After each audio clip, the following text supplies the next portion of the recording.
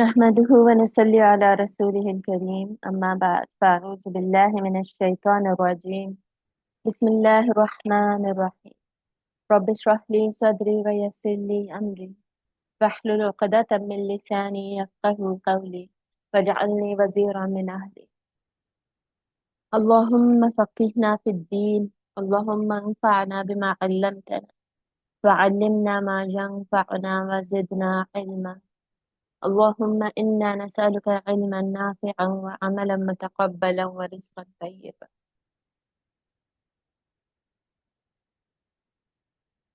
اللهم سبحانك لا علم لنا إلا ما علمتنا إنك أنت العليم الحكيم. We were on the middle ayah of Surah Al-Fatihah. إياك نعبد وإياك نستعين. Uh, we understood the words and the first two words and its grammatical analysis. Let's discuss its tafseer now.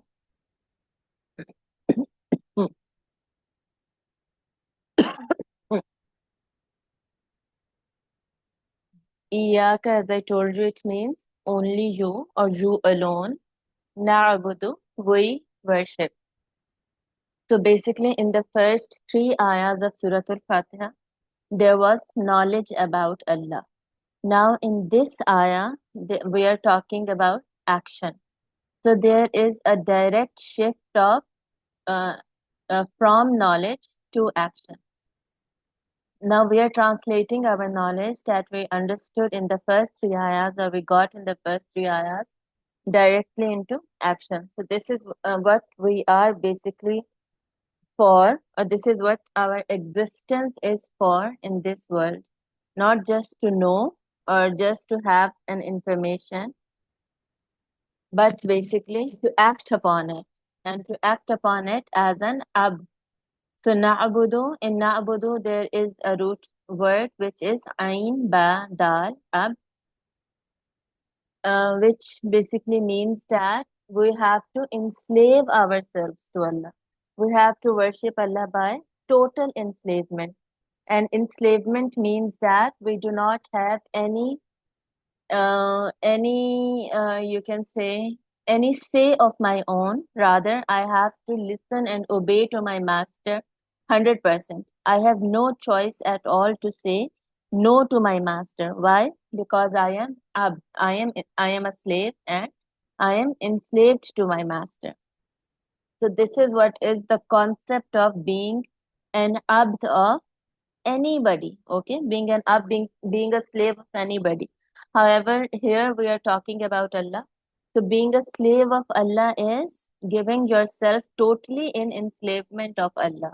We'll get to the definition of ibadat inshallah in more detail, but let's discuss some more points from this particular phrase.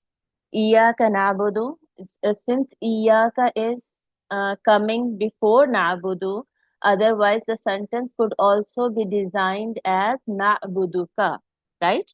Na'buduka means we worship you. But iyaka has been brought in front of the sentence and the sentence starts with iyaka. Then the word na'budu comes. It means that the focus or emphasis is given to Allah Himself. Okay, iyaka, only you. The focus is all about the word you over here. Okay, why? Because what is important is who we are basically enslaving to. It is not important that we are the slave, but the important point is that who our master is. Basically, every human being from around us, from amongst us, has enslaved to somebody. Whether they accept it or they do not accept it, they have enslaved themselves or they have bowed their head down to someone, either to the worldly desires or to their heart or to the people around them or to any other trends or to some celebrity, etc. Every person has bowed down to one person, one entity, you can say, or another, right? No one is totally free. No one is 100% free. So, what is the highest form of enslavement basically? It is bowing down to Allah subhanahu wa ta'ala directly. So the emphasis is basically on Allah and not on us. Also, the word na'budu starting from noon shows us that it is plural and not singular. It's not a'budu. A'budu means I worship. Okay, I worship only you. Na'budu is we worship. So it's not me being singular is not mentioned over here. Rather, plural is mentioned by because I am not important. Okay, rather a community is important. A community, a group of people, we together are important. Togetherness is basically also emphasized in this word na'budu, that together what we do or together what should we be doing is we worship Allah alone. So being Allah being in singular and na'budu, this word, this fail or this verb fail mazare, being in plural shows that Allah is the only one who deserves to be alone, who deserves to be alone and only one. Okay, while us, we are supposed to live together. We are not one single individual independent personalities. We are people who are, or we are, you can say, we are living beings who are basically dependent upon each other. We are not independent of each other, or we are not independent of other living beings or other organisms. Rather, we are dependent upon each other. We are dependent upon other animals or insects or plants, or we are dependent upon sun, etc., etc. We know how. Basically, all of us are operating in an ecosystem. So, individuality is not for us. However, we know that this is something that social media thrives on, or new concepts of psychology, etc. They thrive on, or they focus a lot on an individual being independent and being only him, or being focusing on being focusing on the individuality of a particular person. This is a concept that we usually read about these days, or is very famous, we can say, these days, or the me time that we focus on these days is can also be categorized under this particular idea that we are discussing right now. So Allah basically does not want us to focus individually on ourselves. Okay.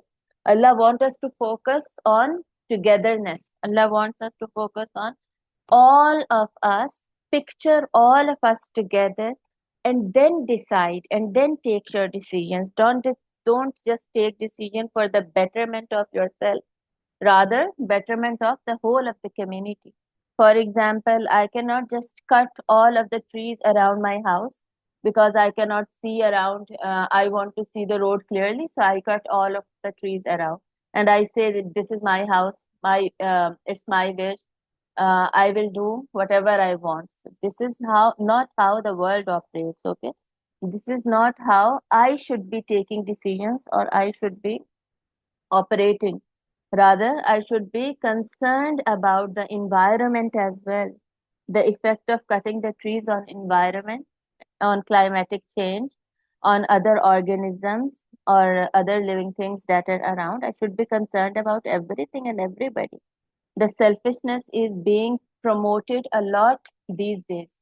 But Allah, from the very first phrase in Quran Majid, where we are talked about, okay, where we are mentioned, Allah is talking about us in plural, but while Allah alone is talked about in singular. So just remember that Allah alone is the one. Okay, we cannot be the one, or we cannot live individually. I don't know how many of you guys might have heard the news of Pakistani media, or you might have seen such examples around you as well recently. Recently, basically in Pakistan, we saw two examples in which two women they died in their apartments. One when died after a week, people got to know because of the smell of the dead body. The apartments around them, they got to know she was an elderly lady. So people got to know, and then they reported and they opened the flat and they saw that she was the famous actress, but she was of old age. So no one was concerned about her, that she has not spoken to somebody since 1 week, and they found the dead body. The second example that is being discussed a lot in media these days, and the discovery is just made around 2 weeks ago or 3 weeks ago, I think. A dead body is found in an apartment, similar case, but it is around 9 to 10 months old. 9 to 10 months old, and she was also actress. She was a young actress, and she died in her apartment, and nobody got to know. The people around, living around her, her neighborhood, the she was living in the building, so there were neighbors around her. There were neighbors on the other floors in the same building. Then she had family, friends, colleagues, etc., etc. But no one was bothered that she has not contacted anybody since 10th months. Two Eids came in between, Ramadan came in between, and many other occasions might have come in between. But she was totally absent and nobody was concerned. Then the person who had to take rent of the apartment, he basically asked the police to open the door. They opened the door and they found basically her body. So when we focus a lot on individuality, when we focus on being independent, when we focus on living alone, cutting from everybody around us, this is what happens. This is what happens when we are completely cut down or cut away from the communities, from our families. We are not concerned about anybody. We are not connected to anybody. We're not asking about each other.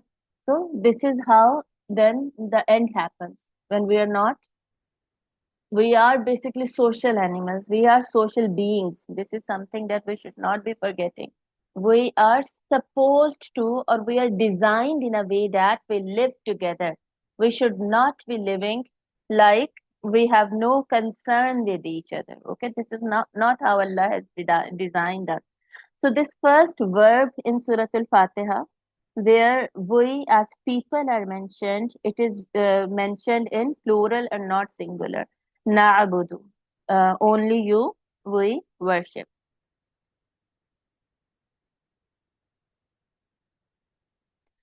Now let me explain to you the concept of ibadat. What is ibadat? When we look at the word ibadat, it basically comprises of two elements. Okay, the first element is the love of Allah, and the second element is obedience to Allah. Basically, showing obedience to Allah out of love of Allah. This is what is the definition of the word ibadat is. So if somebody is obeying Allah, but out of, you can say, fear of his parent. For example, if somebody is covering herself because my mother says so, or because I'm afraid of my mother that she will snub me, I'm covering myself. So basically, she is doing something that is required from her Islamically, but she is not doing it out of obedience of Allah. She is not doing it. She's not motivated enough that she obeys Allah out of love of Allah. Rather, she is doing an action out of concern that her mother will snub her if she doesn't do it. So this is not the definition of ibadat. Okay, her act might not come under the category of ibadat. Ibadat is everything where we are concerned about the pleasure of Allah, where we are concerned whether by doing this Allah will be happy with me or Allah will be angry with me. Why are we concerned about Allah, or why should be concerned about Allah? Because we have already enslaved ourselves to Allah. Allah is the one who we already have accepted in the first three ayahs that he is the Lord of the universe. We have already accepted that He is the creator, the owner, the planner, and the provider of all of the universe, of me as well. Then we have already made the point that He is the king and the owner of the day of judgment. And we have already understood that all praise and gratitude belongs to Him. So when we have already understood all of this, then definitely after knowing somebody, we basically develop a relationship with them. Assume that you never knew Allah. Assume that you never understood or you never knew who the God is or who the creator of the universe is. And you are reading Surah Al-Fatiha for the first time. So you have read first three ayahs and now you know who the creator is. So you know who is the one who is deserving of your obedience. Okay. Why? Because first three ayahs totally explained or introduced Allah to you. Now, since I know complete definition of my master or his characteristics or how he should be or what exactly he is doing, definitely I should be now concerned about his pleasure rather than pleasure of anybody else. Also remember that when we know somebody, we basically love them. Knowing somebody is loving them more and more. If we do not know somebody, we cannot love them. The more we also see this in, you can say, student teacher bond. The more students get to know their teacher, the more they start liking them or loving them. The bond starts to strengthen between them basically. So how does that bond strengthen? Because now they know each other. The more we know somebody, the more our bond strengthens with them, and the more we have positive feelings for them. Okay. So similarly over here, the more we know Allah, and the first three ayahs have introduced Allah in quite a comprehensive manner. So the more we know Allah, the more we basically are developing our feelings for Him, acknowledging His blessings and realizing who exactly He is. So when now I have love of Allah in my heart, I am definitely convinced that only He can be my master. No other person or even my own self can be my master, because no other person is providing for me, or even my desires are not providing for me. If I completely start relying on myself, then I will just lie down on bed and I will spend all of my time on bed scrolling on social media. I'll do nothing if it's upon me.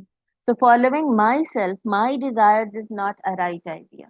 Following other people who have not contributed that much in my life is not a good idea. Following Allah, who has s- so much of contribution in my life, who has added so much of value in my life. That is basically an idea that I should be following. Okay. That is an idea that I should be implementing in my life. So this is what ibadat is. This is how we should be understanding the word ibadat. Ibadat is me obeying Allah out of His love, and its outcome has to be always the pleasure of Allah. Okay, the happiness of Allah, and I should be glad about it. Also, I told you in the last class, I think, Iyaka na'budu. This also tells us about our relationship with Allah. Okay. Now I know that I am Abd, and Allah already told us that Allah is Rabb in the first ayah. So Rabb is the highest status that any entity can have, and that is with Allah. Okay. That is the highest status that exists, and it is for Allah. Being a Rabb is for Allah. And the lowest status that any entity or living being can have is of Abd, and that is what we hold. Okay. So the relationship between Allah and me is being a Rabb and Abd. Similarly, just like we say that the relationship between me and you guys is that I am your teacher and you are my students. Similarly, relationship between me and Allah is that Allah is my Rabb and I am his Abd. So this is what we should also be understanding from this first portion, Iyaka na'budu. Now, since we are an Abd and we understand the meaning and what I am supposed to do, and how the knowledge in the first three ayahs is getting translated into my action, I should be understanding few things, few important things about the word ibadat. So there are certain prerequisites of ibadat, that is conditions of ibadat, without which the ibadat is not complete. Okay. Also, let me give you some few more examples of this word ibadat. Ibadat, basically anything for which the outcome is pleasure of Allah. It is ibadat. For example, anything that I am doing in the day. For example, we're taking this class. After that, I cook food for my kids and I make an intention that I am doing it for the sake of Allah. I am doing it because Allah has asked me to serve my kids or to serve my family. When I have this niyat, then automatically my cooking also becomes ibadat. Okay. If I am cooking with the fact that, oh, I have to cook this, such a big responsibility that I have to cook every day, I am tired of cooking every day for family, etc., etc. When I am not bothered about Allah being in the picture, okay, then I am basically not making the cooking my ibadat. It can only become ibadat when I am doing it with the right intention. Now, then I serve my kids food. After that, I send them school. For everything that I am doing, if I do it for the sake of Allah, to get the pleasure of Allah, then everything that I am doing can become the form of ibadat, okay, form of worship. So there are certain conditions without which the ibadat is not acceptable. Our action does not become ibadat if any one of these 3 points is missing. Okay. First is iman billah. If I do not have or somebody doesn't has iman in Allah, faith in Allah, what is iman? Iman is basically मानना, ठीक है? कुछ दिल से कुछ मानना is iman. Iman is to accept something from your heart. In this case, Iman is accepting that, Iman Billah, accepting that Allah is my Lord and only Him I worship. Okay, this is Iman Billah and believing in Allah. Believing in Allah in a way that it is, in a way that Quran explains it to me or Hadith explains it to me. This is what Iman Billah is. So if somebody does not have iman or faith in Allah and they do not believe that there is a creator or there is a lord of the universe or any of such kind of strange beliefs that people have these days, so they definitely will not be doing any good act for the sake of Allah or for the sake of reward. For example, a lot of people, they are doing charity, but not all of them are having faith in Allah. Many people are doing charity to Allah, charity for people without considering Allah in the picture, right? So they are basically doing a good deed, but they will not be rewarded for it because they are not doing it for the sake of Allah. So when they are not doing it for the sake of Allah, why do Allah accept it as an ibadat?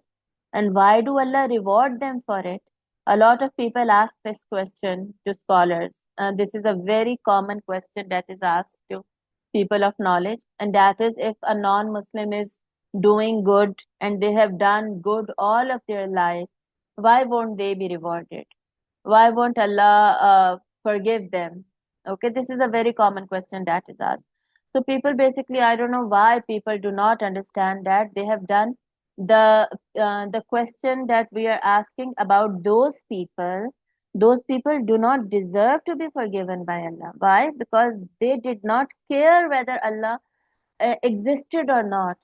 They Allah created opportunity for every individual in this world to get to know Allah, okay, to come towards Allah, whether they are of any religion, no matter where they are living, we we are told that they will definitely be getting the message. If not from the outside, they will be getting it from the inside. It's already in their fitrat, that it is already in their fitra, in their nature, that they have to believe in one God.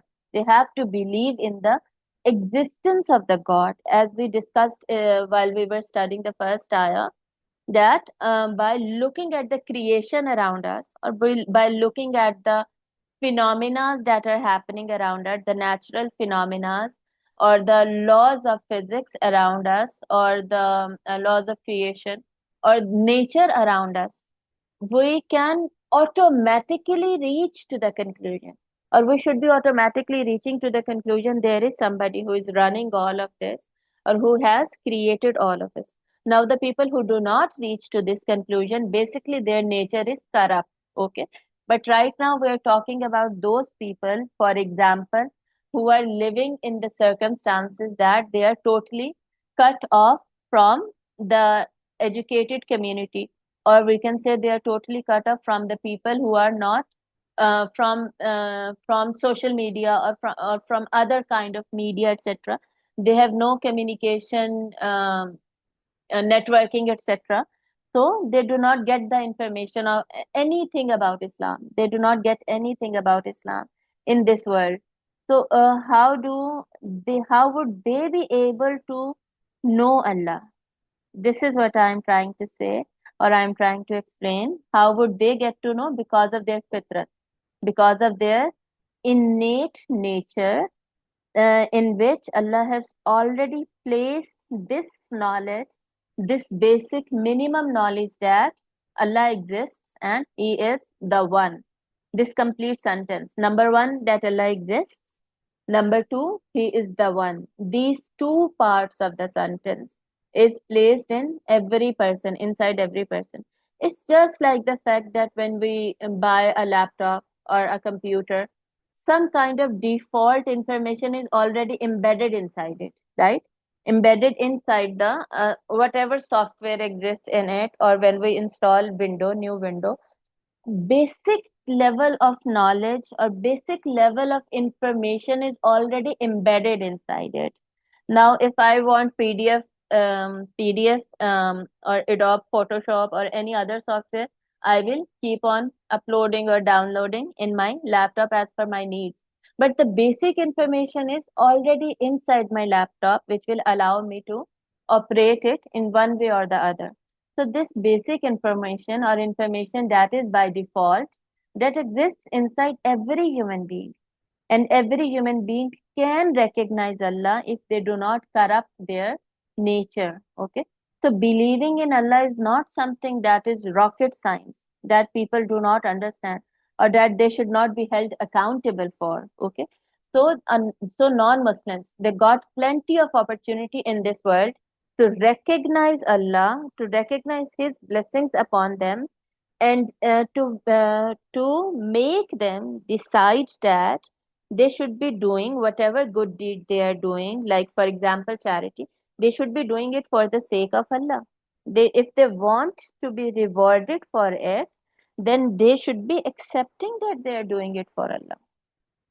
Now, since they do not accept it at all, why do we, how can even we ask Allah that, Ya Allah, why are you not rewarding them? It's just like that. If my son, he today he starts saying that, Mama, I do not accept you as my mother. Okay, you do not exist. I just came to this world out of nowhere, so you are nobody. If my son starts saying this to me every day, and also he starts disobeying me, and he is very harsh and rude with me, what will I do? Ultimately, I will cut him off. I will not give him any part from my inheritance. I will not give him any gifts or incentives. I will not be serving him, etc., etc. I'll ask him, okay, go, fine, go live on your own. I'm not, if I'm nobody to you, then why are you living with me? Then why do you expect me to do something for you when you do not even accept my existence? You get it? So this is exactly how this relationship operates, the relationship of an abd and of Rab. So if somebody is totally negating the existence of the Rab, how can they expect that the same Rab acknowledges their good deeds? They are not acknowledging Allah's favors. Then why do they expect that Allah will acknowledge their uh, doings, their good doings? Okay. So whatever they do, they're just wasting it. They will not get its benefit in the hereafter. They will get all of its benefit in this world. Allah is all just, right? Allah is all just. So Allah will compensate them, but Allah will compensate them in this world. That is why these people are usually more technologically advanced than us. They are usually having more blessings of this dunya or more things, or more um blessings or favors in this dunya. Why? Because they are compensated for their good doings. Whatever they do good in this dunya, Allah compensates them over here, because they have no share of that compensation in the akhirah. Okay, so Iman Billah is very important if we want to convert any of our deed into ibadat. Second point is ikhlas. Ikhlas billahi. Okay. If not billahi, lillahi. Ikhlas lillahi.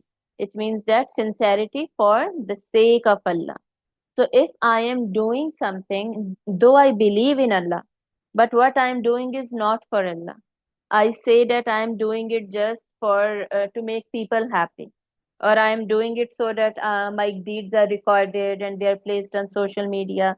I am helping certain people right now just to take pictures and to put on social media so that my organization is promoted and people donate to me and I get some kind of money and I get salary out of it, etc., etc. There are people who do these kind of things. They do a lot of good deeds just to show off or to get people to follow them, to gain more likes on social media, or to gain more followers, and then for the sake of fame and being a celebrity and being celebrated by people around them. There are many people who do good deeds with this niyat. So when people are doing good deeds with this intention, niyat means intention. So they are not basically getting the reward of ibadah for it. Okay, they are wasting their good deeds.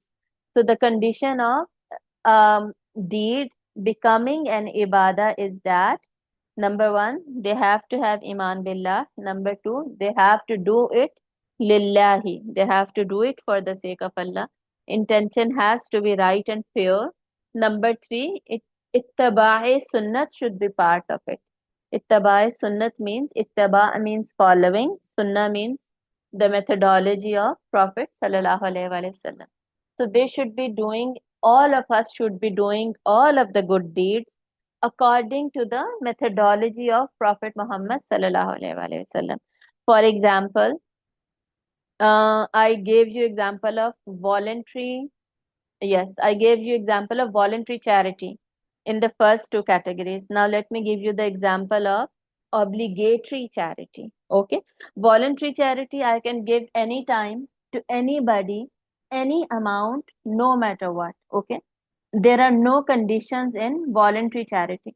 But when it comes to obligatory charity, which we call as zakat, so I have to be concerned about the amount, or what amount I am giving, I have to calculate it. Then I have to calculate the duration, after how many months I am giving it. Then I have to fix a month in which I have to give it. And then I can basically give it by dividing on many months, but I have to count in that particular month. Okay. Then I have to give it to certain group of people. I cannot just give obligatory charity to anybody. Okay, I have to give it according to what Allah has described in Surah Tawbah.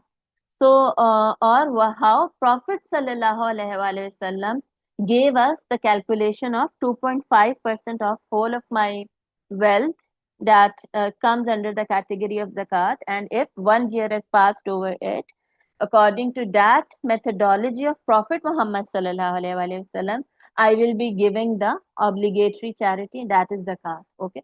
So if I'm not following the commandment of Prophet Muhammad Sallallahu in this case, like I'm not giving 2.5%, I'm giving 1%, or I'm giving 4%. So that is not acceptable. That will not be accepted by Allah. Now, let me give you another example. If I'm offering salah and I add a sajda in it, I say that I like to do sajda a lot, so I will not be doing two sajdas, rather I'll do three sajdas.